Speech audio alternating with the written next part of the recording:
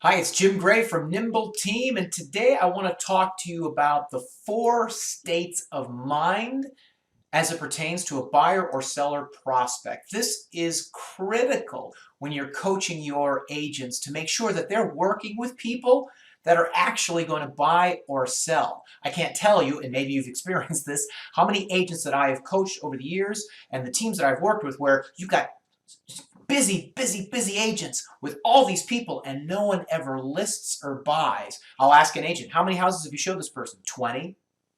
20? 20 houses? How many listing appointments have you been on? Well, I've been on, X, some crazy number. Who listed? Nobody.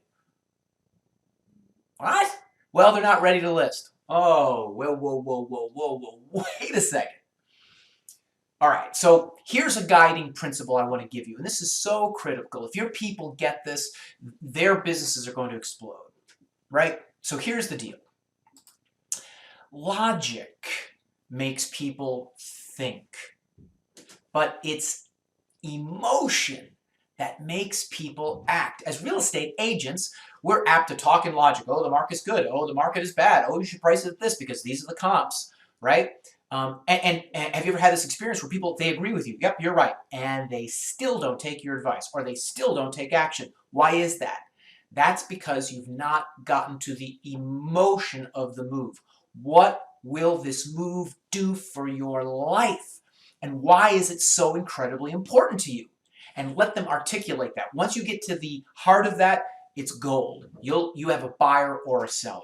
All right, so there are 4 states of mind that your agents are going to encounter when they're talking to buyer and seller prospects. Here they are. There is something we call the positive present. There is the negative present. There is the positive future, and, yep, you guessed it, the negative future. It becomes critical when you're talking to buyer and seller prospects to locate this person in what state of mind they happen to be. And I'm just going to give you a little rundown on them, all right? So if somebody's in the positive present, they're basically like, hey, we're comfortable here. It's awesome. I mean, we're curious. We'd like to make a move, but I got to tell you, we're in no hurry. We like it here, and they go into all the reasons why where they live presently is awesome. That's great. Guess what? They're not moving. Then there's the negative present. There's something about the present situation that is unacceptable for some very important reason. The house is too small. They're out looking, but they can't find what they're looking for, and they're now feeling anxiety beginning to rise. I've dealt with families where they've got only one bathroom, and the wife has said, that's it. We have to have another bathroom. Living with one bathroom has now become unacceptable, right? That's somebody who has a present that is negative and they want to fix it. There's also what we call the positive future. We want a house because we want it to be closer to our family, so we'll only be a couple minutes away. We can do Thanksgivings together. My mother can come over and babysit my kids. I can walk to my friend's house. Oh my gosh, it's going to be amazing. Yeah, we want to have a big yard so we can have, cookouts and stuff. Oh my gosh, it's going to be so great. Right? So when you're talking to this person, they're talking about a future situation that you hear them talk about, you can tell they're emotionally invested in it. But then there's also the negative future, which is also a very powerful motivator. Look, if we're here a year from today, it's not going to be good. My wife and I are splitting up, and we cannot stay here. If we are here 90 days from today, we are going to tear each other apart. Or I've got a job transfer, but there's no moving package. So if I don't sell this house, we're going to have to move to Atlanta, and we won't be able to buy a house. So we'll have to rent an apartment, and that's not going to work. So there is some future possibility that if these people don't take action, is going to materialize, and it's negative. They don't want that to happen. So it becomes critical, okay, to get really good at, with your agents, helping them understand what state of mind is the prospect in. So the thing to know is if somebody's in the positive present, they're not going to take action. They are not going to take action. They're good where they are, and no amount of logic is going to make these people move. What you have to do is move these people from the positive present either into a negative present. Well, hey Fred, I know you're comfortable here, but Jennifer, you guys have twins on the way. I mean, how long will that be okay? Well, we're going to have to move probably within a year. Okay, so like a year from today, you've got the twins are 1. How's that going to work? Well, yeah, that's going to be a little tight. Okay, so do you think ideally you want to move quicker than that? Yeah, we probably should.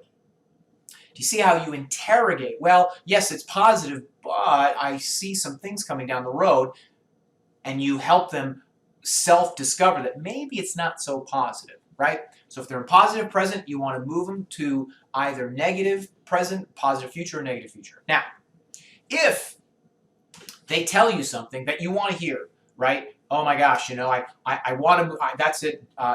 Jim, I've been driving, an hour to work, and I just can't take it anymore. Oh my goodness, wow. So you really have to make a move. That's right. I can't take it anymore. That's great. There's still one last thing you've got to determine.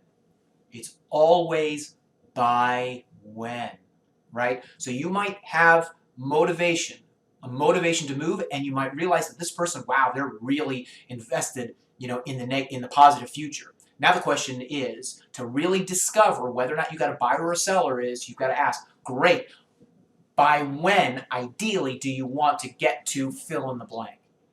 And then listen very carefully to what they say. Because remember, they might ping right back to positive, well, when the perfect house appears. Oh, really? So if it takes 5 years for the perfect house to appear, is that okay? Oh, yeah, I'm not in a hurry. Okay, so what you're saying is you don't want to drive an hour to work anymore, but you can live where you are for the next 5 years. Is that right? Yeah, oh yeah, Jim, yeah, that's right. Well, guess what? Not a buyer or a seller. So it's critical, friends, and I hope you find this helpful, that it's not that we won't work with people in positive present, it's just that you want to make sure that your agents are showing houses to people who are going to take action today, and they're going on listing appointments with sellers who are going to take action today. It's not that we don't want to have, we want to identify people that are taking action today, and then I accurately disposition people who are going to take action in the future, and then follow up appropriately. Once you have this executing at a high level, you will find that your agents are going to do more business. They're going to be really, really happy. All right?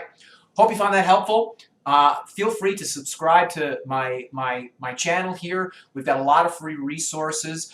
Certainly, if you want to contact me directly, my contact information is here as well, and I'd be happy to do like a quick consult on the phone if you've got a problem and see if we can work it out, okay? Have a great day.